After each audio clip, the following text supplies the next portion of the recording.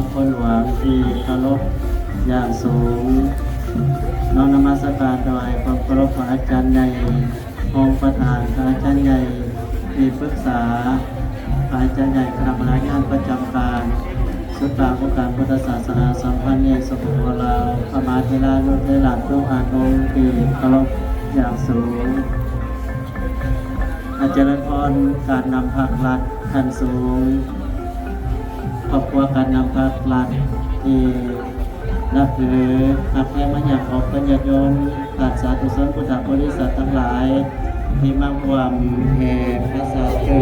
ในงานพุทธมรรคการพระธาตุหลวงประจำปีพุทธศักราช2568 ปีนี้นอกจากนั้นแล้วที่เป็นดังกล่าวนี้ก็ยังได้เอามาหลอมเป็นเทียนเพื่อใต้บูชาให้แสงสว่างแก่วันมนุษย์